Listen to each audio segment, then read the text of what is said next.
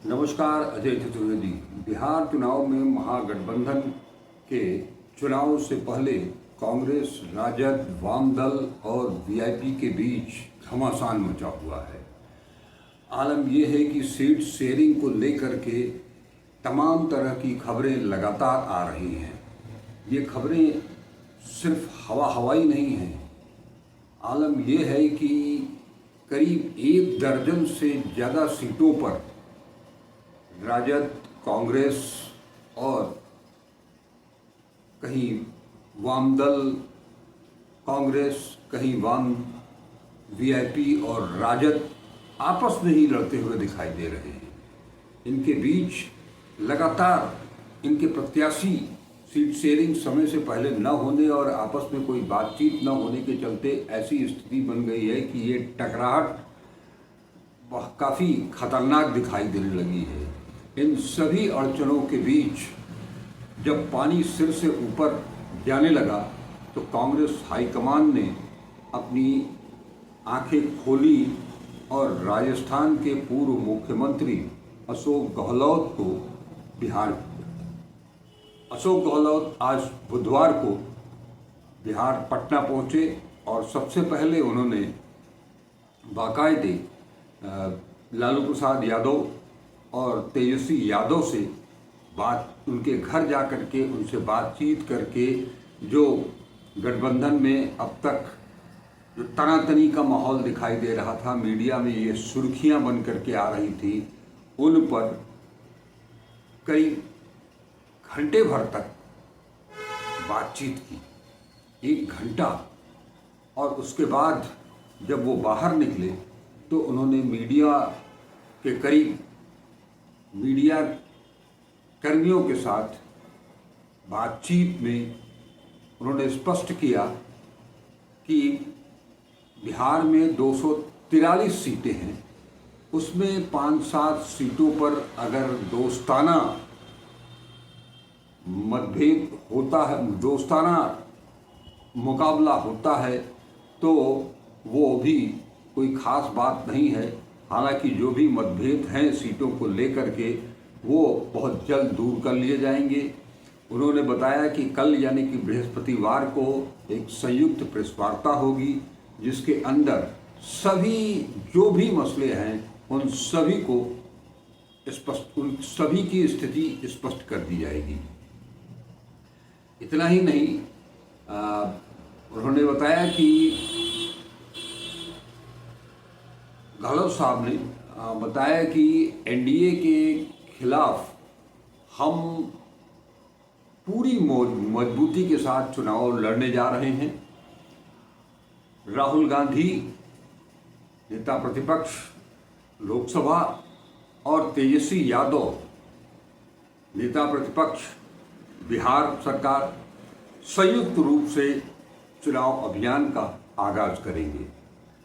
उन्होंने कहा कि बिहार में 243 सीट है, संभव है कि 5-7 सीटों पर दोस्ताना मुकाबला हो,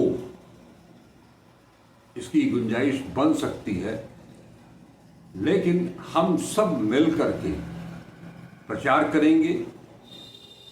और उन्होंने ये भी बताया कि कांग्रेस महासचिव संगठन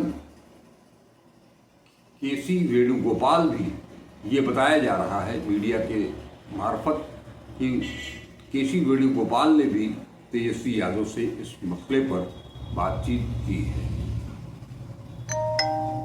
इस बीच तेजस्वी यादव ने आज सुबह एक प्रेस कॉन्फ्रेंस की, बुधवार को ही, और उसमें उन्होंने मीडिया के समक्ष कुछ घोषणाएं की प्रेस कॉन्फ्रेंस के दौरान। हालांकि गठबंधन पर जो सवाल किए गए, गठबंधन में जो खींचतान चल रही है उस पर उन्होंने पहले उसको टालने की कोशिश की और उसके बाद कहा कि गुरुवार को सब कुछ, जब संयुक्त प्रेस वार्ता होगी तो उसमें सब कुछ स्पष्ट हो जाएगा। यहाँ बता दिए आपको कि 12 सीटों पर महागठबंधन के प्रत्याशी आपस में लड़ रहे हैं। 1-2 नहीं, 1 दर्जन सीट पर आपस में इनके बीच दोस्ताना मुकाबला होगा। अब जो तेजस्वी यादव ने जो आज घोषणाएं की हैं उनकी अगर बात करें तो उन्होंने कहा कि सीएम जीविका दीदियों जिनकी की संख्या बिहार में 2 लाख है, ये कम्युनिटी मोबिलाइजर का काम करती हैं। इन सभी को जो अभी तक संविदा पर काम कर रही थी उन्हें स्थायी करके सरकारी कर्मचारी का दर्जा दिया जाएगा। इनका वेतन जो 10,000 रुपये महीने है उसे बढ़ा करके 30,000 रुपये किया जाएगा। ये बहुत बड़ी घोषणा है ये बिहार के लिए। दूसरी बात है कि इन दीदियों ने जो अभी तक विभिन्न कार्यों के लिए लोन लिया है उसका ब्याज, अगर महागठबंधन सरकार सत्ता में आती है, महागठबंधन अगर सरकार बनाती है तो वो सारा ब्याज माफ कर दिए जाएंगे। इतना ही नहीं, उन्होंने कहा कि विभिन्न विभागों में कार्यरत जितने भी संविदा कर्मचारी हैं उन सब को नियमित किया जाएगा। ये उनकी लंबे अरसे से एक डिमांड चली आ रही थी। उस डिमांड को महागठबंधन की सरकार बनने पर पूरा किया जाएगा। तेजस्वी ने बताया कि भाई बहन योजना के तहत, माई बहन योजना के तहत महिलाओं को 2,500 रुपया मासिक, 30,000 रुपया सालाना और 5 साल में करीब 1.5 लाख रुपए दिए जाएंगे। इतने पर ही तेजस्वी रुके नहीं, उन्होंने कहा कि माँ और बेटी योजना भी है जिसके तहत बेटी के जन्म लेने पर उसके जन्म लेने के बाद बेटी योजना लागू होगी, जिसके तहत बेटियों को जन्म से लेकर जब तक वो कोई आर्थिक रूप से अर्जन नहीं करती हैं तब तक ये मदद जारी रहेगी। माँ योजना के तहत जिनके पास आवास नहीं है उन्हें मकान, अन्न और आमदनी का जरिया खोज करके दिया जाएगा। तेजस्वी, आप सभी जानते हैं कि पहले ही हर घर के एक युवक को सरकारी नौकरी देने की बात कर चुके हैं। इसके तहत जिन घरों में अब तक कोई सरकारी कर्मचारी नहीं है उन सभी परिवारों को वो नौकरी देंगे। ये घोषणा आज उन्होंने नहीं की है, बल्कि ये पहले से ही उन्होंने इसकी घोषणा कर चुकी है, जिसको कि कहा जा रहा है कि हर घर सरकारी नौकरी। ये एक बड़ी घोषणा है। अभी तक जितनी भी घोषणाएं तेजस्वी यादव ने की हैं वो सभी केवल लोक लुभावन नहीं बल्कि मजबूती के साथ गठबंधन को मजबूत करने के लिए हैं। इस बीच बिहार विधानसभा चुनाव 2025 की प्रक्रिया जैसे जैसे आगे बढ़ रही है वैसे वैसे चौंकाने वाली घटनाएं भी सामने आ रही हैं। अगर बात करें कि अब नामांकन पहले चरण में जो पूरा हो चुका है उसमें नाम वापसी भी हो चुकी है, नामांकन पत्रों की जांच भी हो चुकी है। नामांकन पत्रों की जांच के बाद ये मामला सामने आया कि 3 विधानसभा सीटें ऐसी हैं जिन पर सियासी समीकरण अचानक से गड़बड़ा गया है, बदल गया है। इनमें 2 सीटें महागठबंधन की हैं जबकि 1 सीट पर एनडीए को नुकसान उठाना पड़ सकता है। एक तरह से आप कह सकते हैं कि बिना चुनाव लड़े ही उम्मीदवार चुनाव से बाहर हो चुके हैं।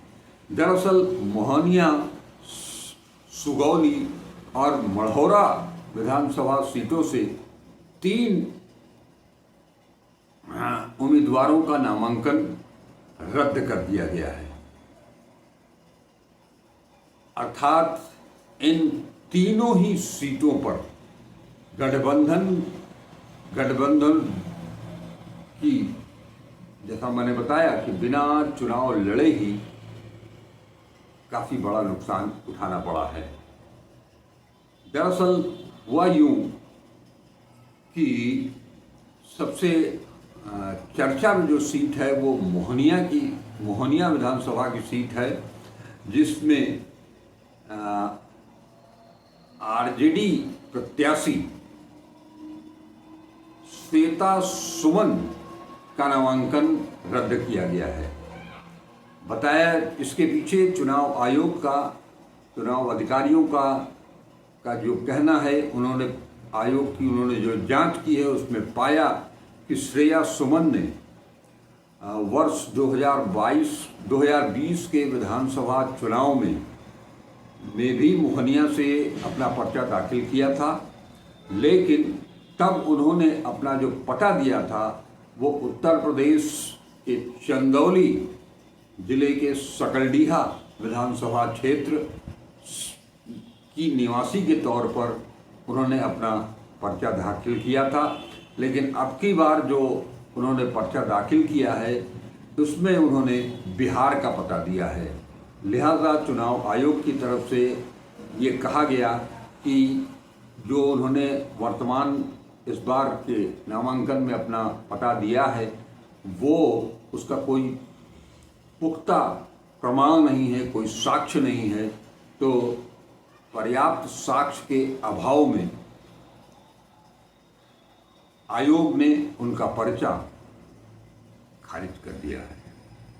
ये बहुत बड़ा झटका है आरजेडी को, क्योंकि वो उधर का क्षेत्र जो है वो आरजेडी के लिए बहुत महत्वपूर्ण है, वो उनके प्रभाव वाला क्षेत्र है। अगर उन दूसरी बात करें दूसरे सीट की, तो दूसरी सीट में जो मामला आया है वो एक तरफ से वो भी चौंकाने वाला है, काफी चौंकाने वाला है। दरअसल ये जो अब तक का मामला है, ये 2 सीटें महागठबंधन की जो फंस रही हैं उस पर अब क्या होगा ये बताना थोड़ा अभी मुश्किल हो रहा है। सबसे दिक्कत की बात ये है कि जब नाम वापसी की प्रक्रिया हो चुकी है, नामांकन पत्र खारिज कर दिया गया है, ऐसे में वो क्या करेंगे, अब बहुत चिंतनीय और बहुत एक तरह से कहिए कि तनाव की स्थिति बन गई है। दूसरी सीट है सुगौली। यहाँ पर वीआईपी के कैंडिडेट ने नामांकन जो है वो तकनीकी कारणों से रद्द कर दिया गया है। पूर्वी चंपारण की सुगौली विधानसभा सीट पर महागठबंधन को झटका लगा है। यहाँ से विकासशील इंसान पार्टी वीआईपी के उम्मीदवार जो शशि भूषण सिंह थे उनका पर्चा खारिज हुआ है, और वो भी टेक्निकल ग्राउंड पर उनका पर्चा खारिज किया गया है। अब इस बारे में जो जानकारी दी गई है उसके मुताबिक नामांकन पत्र में कुछ आवश्यक दस्तावेज अधूरे थे और सत्यापन के दौरान आयोग को कई विसंगतियां मिली हैं। जांच के बाद रिटर्निंग ऑफिसर ने शशि भूषण सिंह का पर्चा अमान्य घोषित कर दिया। इस घटनाक्रम से न सिर्फ वीआईपी बल्कि पूरे महागठबंधन के समीकरण गड़बड़ाने लगे हैं। ऐसा इसलिए क्योंकि सुगौली सीट पर एनडीए का मुकाबला महागठबंधन से सीधा मुकाबला था।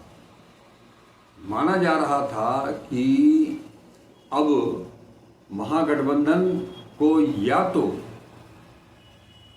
नए प्रत्याशी की घोषणा करनी होगी या जो लोग जिन्होंने पर्चा भरा है उसमें से किसी को स्वतंत्र उम्मीदवार को समर्थन देना पड़ेगा।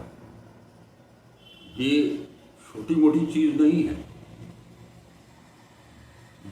ऐसी घटनाओं के लिए अमित शाह की निगाह ऐसे लोगों पर तत्काल घूमती है। और मढ़ौरा सीट की अगर बात करें तो वहां एनडीए प्रत्याशी सीमा सिंह की उम्मीदवारी रद्द हुई है। तीसरा बड़ा झटका एनडीए के छपरा जिले की मढ़ौरा विधानसभा सीट पर लगा है। यह चिराग पासवान की लोक जनशक्ति पार्टी आर रामविलास की प्रत्याशी सीमा सिंह का नामांकन रद्द किया गया है। जानकारी जो मिली है इस बाबत की ये पर्चा जो रद्द हुआ है उसके मुताबिक सीमा सिंह के नामांकन पत्र में आयकर और संपत्ति से संबंधित जो डाटा होना चाहिए था उन दस्तावेजों में गंभीर त्रुटियां पाई गई हैं। सत्यापन के दौरान ये विसंगतियां सामने आईं। तब जाकर के निर्वाचन पदाधिकारी ने उनका नामांकन रद्द कर दिया।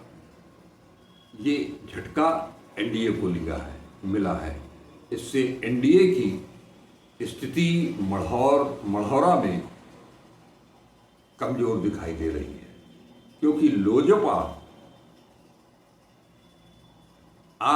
इस सीट को लेकर के काफी आशान्वित था। इस पर अब उनको नए सिरे से उम्मीदवार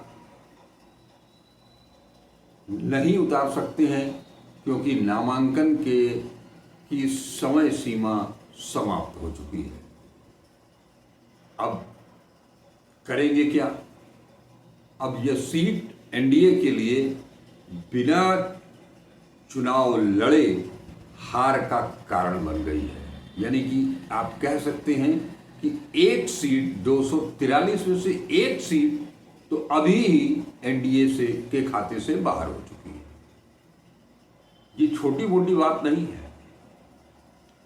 भले ही इसके पीछे एक रणनीति भी दिखाई दे रही हो सकती है, जानबूझ करके ऐसा किया गया हो, क्योंकि ये अमित शाह कर सकते हैं। इन 3 सीटों पर नामांकन रद्द होने की घटनाओं ने बिहार के चुनावी परिदृश्य में एक नया मोड़ ला दिया है। महागठबंधन को मोहनिया और सगोली में नुकसान का सामना करना पड़ा है। वहीं विपक्षी एनडीए को सीधा फायदा हो सकता है इससे। वहीं एनडीए को जो झटका लगा है मढ़ौरा सीट पर, वो जो नुकसान है एनडीए का, जो सारण क्षेत्र में उनकी मजबूत पकड़ के बावजूद वो सीट बिना लड़े ही गंवानी पड़ी है। राजनीति के पंडितों का मानना है कि नामांकन प्रक्रिया में इस तरह की लापरवाही उम्मीदवारों और दलों की तैयारी पर सवाल खड़ा करती है। यानी ऐसे दौर में जब हर सीट पर नेक टू नेक लड़ाई हो, कांटे का मुकाबला है, ऐसे में एक भी उम्मीदवार की अयोग्यता सीधे सत्ता संतुलन को प्रभावित कर सकती है। जो मैंने कहा कि ये एक छोटा मोटा मामला नहीं है। अब देखना ये होगा, ये दिलचस्प हो जाएगा कि आरजेडी, वीआईपी और लोजपा की अगली रणनीति क्या होती है। इन सीटों पर वो अब क्या रुख अपनाते हैं, क्या रणनीति अपनाते हैं। क्या ये दल स्वतंत्र उम्मीदवारों को समर्थन देंगे या गठबंधन के भीतर सीट समायोजन का नया फार्मूला सामने आएगा। फिलहाल जो स्थिति बनी है, इतना तो तय है कि बिहार चुनाव 2025 की शुरुआत 3 हार और कई सवालों के साथ इसका आगाज हुआ और इन 3 सीटों की कहानी कहीं इस चुनाव के शुरुआती जो राजनीतिक नतीजे हैं उनकी ओर इंगित तो नहीं कर रही है। तो ये एक विषम स्थिति पैदा हुई है और इसका कोई जोड़ तोड़ नहीं है। और ये सब कुछ सारी लापरवाही, सारी गड़बड़ी की जड़, चाहे वो इंडिया गठबंधन यानी कि महागठबंधन हो या एनडीए हो, सीट शेयरिंग को लेकर के जो अब तक घमासान आपस में चल रहा है, ये उसका ही नतीजा है। हर कोई सीट शेयरिंग मतलब केवल बता दिया गया कि आपको इतनी सीट मिलेगी, आपको इतनी सीट मिलेगी।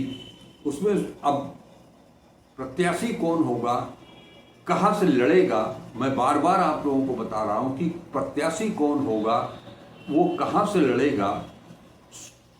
जो अब अगर हम महागठबंधन की ही बात करें तो 141-42 सीट राजद ने घोषित कर दिया है, 61 सीट कांग्रेस ने घोषित कर दिया है। तो अब 61 सीट अगर बातचीत होती, टेबल पर सारे लोग बैठे होते, तो ये स्थिति आती ही नहीं।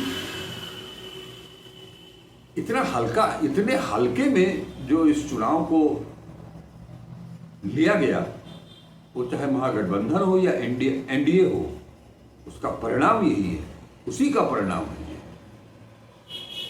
कि अभी कुछ शुरुआत भी नहीं हुई है और 3 लोग मैदान से बाहर। आज बस इतना ही, फिर मिलेंगे किसी नए मुद्दे के साथ, नए समीकरणों के साथ। तब तक के लिए आज्ञा दीजिए। नमस्कार। हरीश चतुर्वेदी।